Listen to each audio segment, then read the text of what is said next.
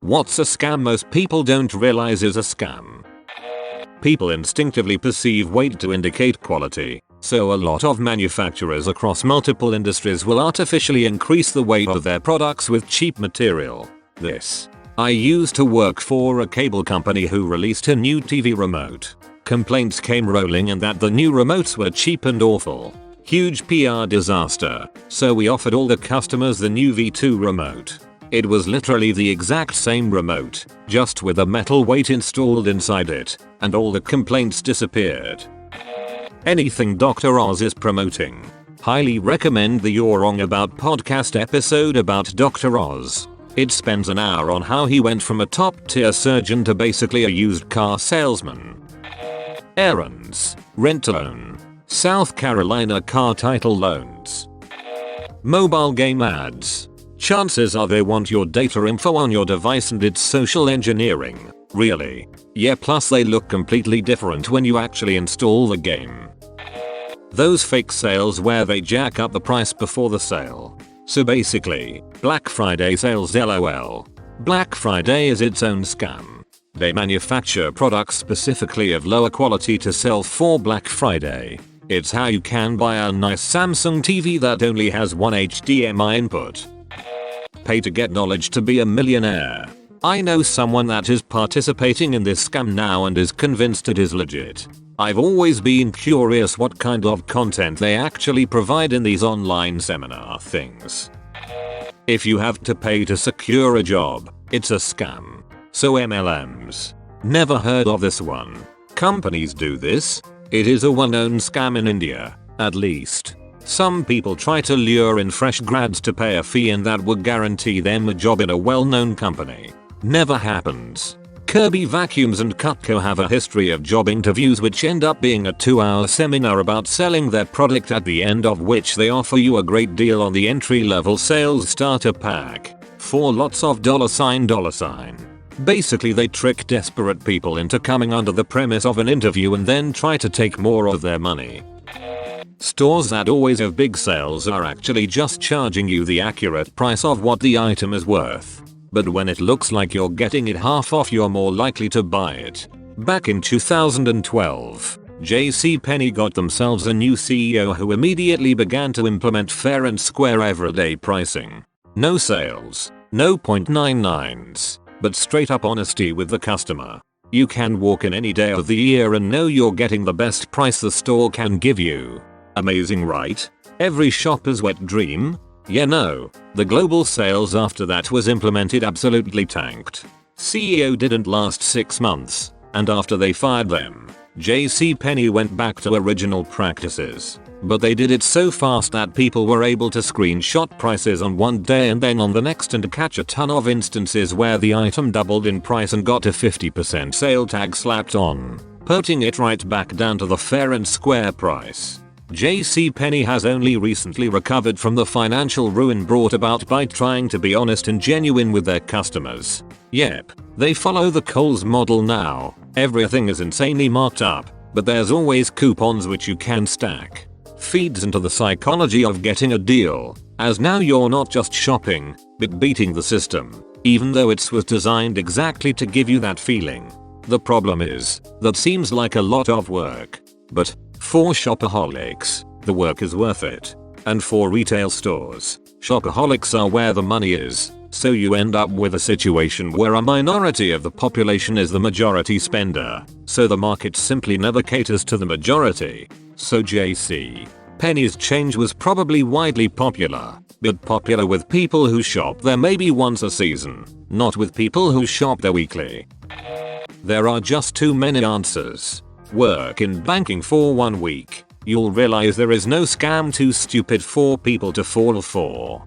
At least once a week we have people who try to file fraud claims because the IRS called me and told me I need to pay them in Apple gift cards. My favorite was a woman who came in to get a $20,000 official check. My manager thought it was strange, so he stopped to ask her what it was for. The client said it was bail for her nephew, which the client thought was strange too, because she didn't actually have a nephew. And paid internships. There are very specific rules for what can be an unpaid internship and what has to be a paid internship. If you are getting any sort of internship, look up the difference so you don't get taken advantage of. Telling interns this has contributed to me losing a job at a 4, because one of the interns turned me in, and later got my job. Don't forget there are internships where you pay to intern there. Student teaching. It's an internship, but also considered a class. You have to pay to do it, work full time for at least 6 months, sometimes more, depending on what the state requires, and most programs don't allow you to have a paying job while you do it. Some colleges will offer a full ride scholarship to any student who stays above a certain GPA, give these out to everyone who applies, and then institute a strict grading curve so that the required GPA is nearly impossible to achieve. The scholarship usually only lasts through freshman year as a result. It's usually shooty for profit colleges that do this, so the credits won't transfer.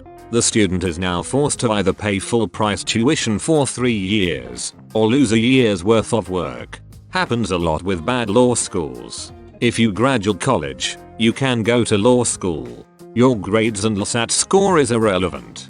But the only places that will admit you are sketchy for-profit schools that have harsh curves and cut the bottom X% of the class each year. They also are really generous with scholarships to bump up ratings, but put them all together so half lose the scholarship. I went to a top-tier law school and they still did this. Required you to be in top 2/3 of the class, or else the scholarship gets cut in half. My law school did this. Had to stay in the top 25%. Each class was divided into 3 sections who all had classes together. Everything is graded on a curve. The school stacked the scholarship students into one section. At the end of our first year, I was in something like the top 27th or 28th%, so I lost my full scholarship. Was totally unaware of the stacking. In the class behind mine, the students somehow caught on to the stacking and raised hell about it, so the school amended the requirements to the top third. If I had been in that class, I would have kept my scholarship for all 3 years. This was at a public university with a top 25 ranked law school in the mid to late 2000s. Small towns giving speeding tickets to people with out-of-town license plates.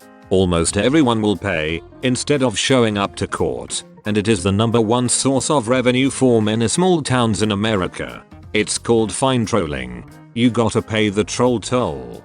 Freaking this.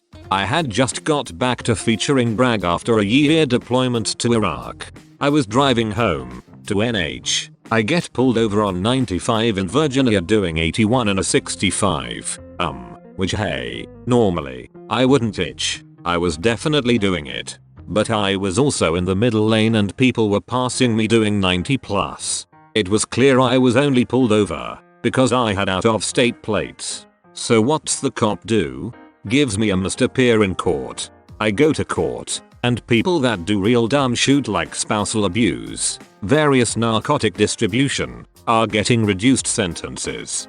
But they called me up 9 hours into the day, and just left me with the standard fine anyway. I had no problem paying the fine, but Jesus Christ, this took circa 20 hours of my time and a few $100 just to watch random guy from Virginia get a slap on the wrist for his second DUI. Timeshare condos. I always see commercials for companies that say they will buy your timeshare, but I just wonder what they do with it afterward. Do they just find another sucker to buy it from them? Herbal detox products, or detox anything in a health store. It's just dumb. If your body is actually full of toxins, a herbal laxative enema is not going to help. I had a friend who used to post anti this kind of stuff on her Facebook. She was a scientist, worked in a water purification lab. She'd put up stuff like detoxify your body by, having a liver. Ink cartridges being unreasonably priced. Get a nice laser printer. Toner might have a higher upfront cost, but you get so much more out of it. Also, no waiting for ink to dry. Yeah, and no wasted ink calibration pages. So frustrating when a printer says, I see you've installed a new ink cartridge. Let me calibrate the print head, and then goes on to print every color on a test page and waste like half the ink. Laser is the only way. Buy toner and forget about it for a long time. Mega churches. When the preacher's suit cost more than your car. It's like they haven't read the Bible at all. It's almost like they read it and were like, man, those Pharisees have a great gig going. I could pull that off. Not necessarily a direct scam, but most of the posts you see online that are like your rockstar / tripper / whatever name is the street you grew up on and the name of your first pet are just looking for people to comment answers to common password security questions. Some are more obvious than others, but I'm always amazed at how many people reply to them. I think security questions are terrible, especially when they are things that shouldn't really be secrets anyways. Yeah, because who else could possibly know the name of my first pet or the street I grew up on? I mean, besides all of my friends and family. I don't see how these types of things are meant to be considered as secure.